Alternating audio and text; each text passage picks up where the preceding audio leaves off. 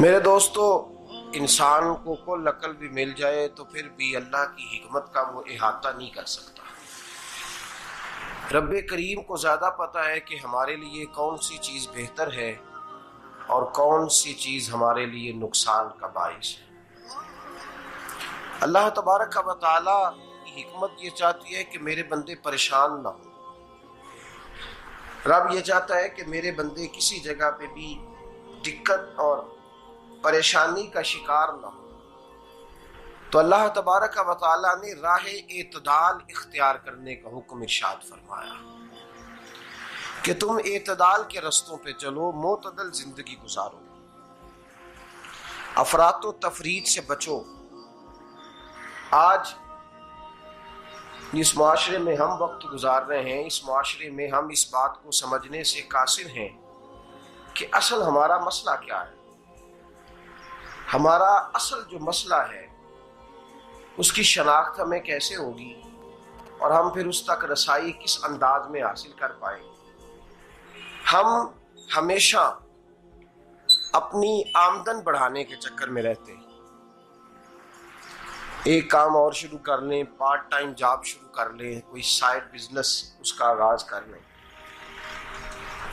ہماری جو دوڑ لگی ہوئی ہے وہ لگی ہے کام بڑھانے میں، آمدن بڑھانے میں، حالانکہ اسلام ہمیں یہ کہتا ہے کہ تو آمدن بڑھانے کے چکر میں نہ پڑ، اصل بات یہ ہے کہ تو اپنے خرچے کنٹرول کر۔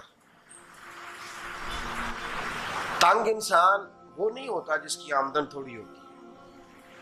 یہ توجہ کیجیے گا میری بات، یہ قیمتی بات ہے اور گفتگو ساری کا لب لباب ہے۔ تنگ بندہ وہ نہیں ہوتا جس کی آمدن تھوڑی ہوتی ہے، اصل پریشان وہ ہوتا ہے جس کے خرچے زیادہ ہوتے ہیں۔ اور ہمارا جو روزمرہ کا نقصان ہو رہا ہے نا، وہ آمدن کے معاملات میں نہیں ہو رہا۔ بنیادی نقص جو واقعہ ہو رہا ہے وہ یہ ہے کہ ہمارے اخراجات زیادہ ہیں،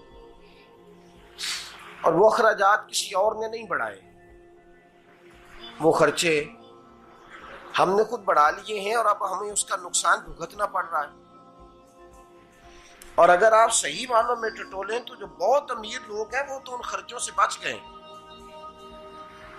میں نے بہت سارے ایسے ختمات میں شرکت کی ہے، میں بہت ساری ایسی جگہوں پہ گیا ہوں کہ جہاں لوگوں نے بڑا مختصر سا ختم دلایا ہے تو ہو گیا ہے ختم۔ ختم کے معاملے میں کب کسی نے پابندی لگائی ہے کہ اس میں 200 آدمی شریک ہوگا تو تب یہ سال ثواب صحیح ہو سکے گا؟ کون کہتا ہے؟ یا شادی کے موقع پر اگر سارے بہن بھائیوں کو نہ بلایا گیا تو میری شادی پایہ تکمیل تک نہیں پہنچے گی، اس میں برکت نہیں ہوگی، یہ کس نے فتویٰ دیا ہے؟ معتدل زندگی کا اسلام حکم دیتا ہے۔ میں پڑھ رہا تھا کہ ایک بہت بڑا صدر ہے، غالباً سوڈان کے صدر کی بات ہو رہی تھی، تو اپنے بیٹے کی بارات لے کے گیا تو 4 لوگ گئے ہیں بارات، اور 15 لوگوں کا اس نے اہتمام کیا اپنے گھر میں کھانا کھانے کا۔ تو کیا شادی ہو گئی کہ رک گئی؟ تو بھائی راگ الاپنا اس بات کا کہ بڑی پریشانی ہے، کوئی سائیڈ بزنس شروع کیا جائے فلان جگہ فلان جگہ فلان جگہ، تو اصل معاملہ یہ ہے کہ پہلے ایک بندہ کماتا ہے تو پھر بھی گھر ہی چلتا ہے، پھر بڑا بیٹا ساتھ شامل ہوتا ہے تو پھر بھی گھر ہی چلتا ہے، پھر منجلا بیٹا شامل ہوتا ہے تو پھر بھی گھر ہی چلتا ہے۔ جو رونا دادا جی رویا کرتے تھے کہ بڑی مصیبت ہے، بڑی مشکل ہے، گاؤں میں رہ اکیلے ہوتے تھے اور وہ 5 بچوں کو اور 4 بچیوں کو وہ پالتے تھے، تو جو وہاں پریشانی تھی وہی آج پریشانی شہر میں آ کر پڑھ لکھ کر موٹی تنخواہ لے کر وہی پریشانی ہمیں ہے۔ تو میں جس نتیجے پہ پہنچا ہوں اس کو پڑھ کے، قرآن مجید کی چند آیات کو دیکھ کر اور اس مفہوم کی جو حدیثیں کتب احادیث میں پائی جاتی ہیں اور ہمارے بزرگوں نے ہمیں جو مزاج اس حوالے سے دیا ہے، میں اس نتیجے پہ پہنچا ہوں کہ مسئلہ آمدن کا نہیں، مسئلہ خرچے کا ہے۔ ہمارے خرچے بنیادی طور پر زیادہ، اور اگر پھر ہم زیادہ بوجھ خواتین پہ ڈالتے ہیں کہ وہ مطالبے زیادہ کرتی ہیں، اور اگر آپ مجھ سے پوچھیں تو خواتین کی بھی اگر کسی جگہ کوئی عادت خراب ہوتی ہے تو اس میں اصل کردار اس کا ہوتا ہے جو وہ عادت خراب تو کیوں اپنے گلے سے اتار کے آپ کسی کے گلے میں بات ڈالنے کے چکر میں ہیں؟ وہ خواتین کی طبیعت نہیں ایسی ہے. اصل بات یہ ہے کہ ہم نے عادت ڈالی ہے، ہم نے یہ مزاج ان کو دیا ہے تو ان کا بنا ہے، نہ کیسے بن سکتا. تو اعتدال جب تک زندگی میں نہیں ہوتا، پانی پیاس بجھاتا ہے لیکن ایک گلاس ہی ہو تو پیاس بجھاتا ہے، بالٹی کو منہ کو لگائے گا تو کپڑے بھگو دے گا اس کے. حالانکہ پانی بری چیز کا نام نعمت ہے نا بہت بڑی اللہ کی، لیکن پیالے میں ہی اچھا لگتا ہے. کوئی مٹکا منہ کو لگائے گا تو تانگ ہوگا، پیالہ ہی بہتر ہے اس کے لیے. تو میرے دوست، مٹکے سے بھی بعض اوقات کام چل جاتا ہے، لیکن اگر کوئی کہے نہیں مجھے دریا ہی چاہیے تو اس کا تو گھر بہ جائے گا، سارا گھر بہ جائے گا اس کا. ہمیں دریا قابو کرنے کا موڈ بنایا ہوا ہے تو اس سے گھر بہا کرتے ہیں، اس سے گھر بنا نہیں کرتے. گھر پیالے سے پانی پینے سے بنتا ہے. اگر تو دریا پہ قبضہ کرنے کا موڈ بنائے گا تو گھر بنے گا نہیں، گھر بہ جائے گا.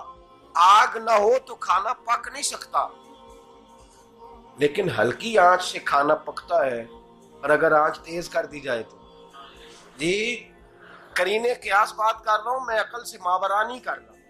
قرینے قیاس سمجھانے کے لیے مثالیں دے رہا ہوں. ہلکی آنچ پہ کھانا پک جاتا ہے اور آگ تیز ہو تو کھانا جل جاتا ہے. تو کھانا اتنی دیر کھانے کے قابل رہتا ہے جب تک وہ ہلکی آنچ پہ پکتا ہے. تو جتنی مرضی تو کہتا ہے نہیں میرا گزارے نہیں، آگ تیز ہونی چاہیے، تو میاں جل جائے گا، جل جائے گا. ہوا نہ ملے تو سانس نہیں آتی، ٹھیک ہے؟ آکسیجن نہ ہو تو سانس ہے، ہوا نہ چلے تو گزارا نہیں ہوتا. لیکن اگر تیز چلے نا، اگر تیز چلے تو آندھی اور طوفان بن جائے تو چھتیں گرا دیتی ہے، جانیں لے لیتی ہے. ہم ہیں طوفان کے چکر میں، ہم ہیں دریا کے چکر میں، ہم ہیں بڑے لاؤ کے چکر میں. تو میاں ہلکی آنچ ہی اچھی ہے، یاد رکھ. اور ایک گلاس پانی کا اعتدال سے ملتا رہے تو وہی ملتا رہے، ضرورت کے وقت وہی بہتر ہے. تو پورے دریا پہ قبضہ کرنے کا پروگرام نہ بنا، تانگ ہو جائے گا. اور میرے عزیز یاد رکھ، ہوا سانس لینے کے مطابق ملے تو وہی اچھی ہے، جو سانس بند کرنے پہ آ جائے وہ ہوا اچھی. ہم نے چکر چلا لیا ہے کہ زیادہ پیسہ، راتوں رات پیسہ، لمبا پیسہ، یہ پلاٹ بھی میرا، وہ پلاٹ بھی میرا، گجرانوالا بھی، گجرات بھی، لالا موسیٰ کھاری اور پنڈی تک جہاں میں جاؤں میرے نام کی تختیاں لگی ہوئی ہونی چاہیے. اسلام منع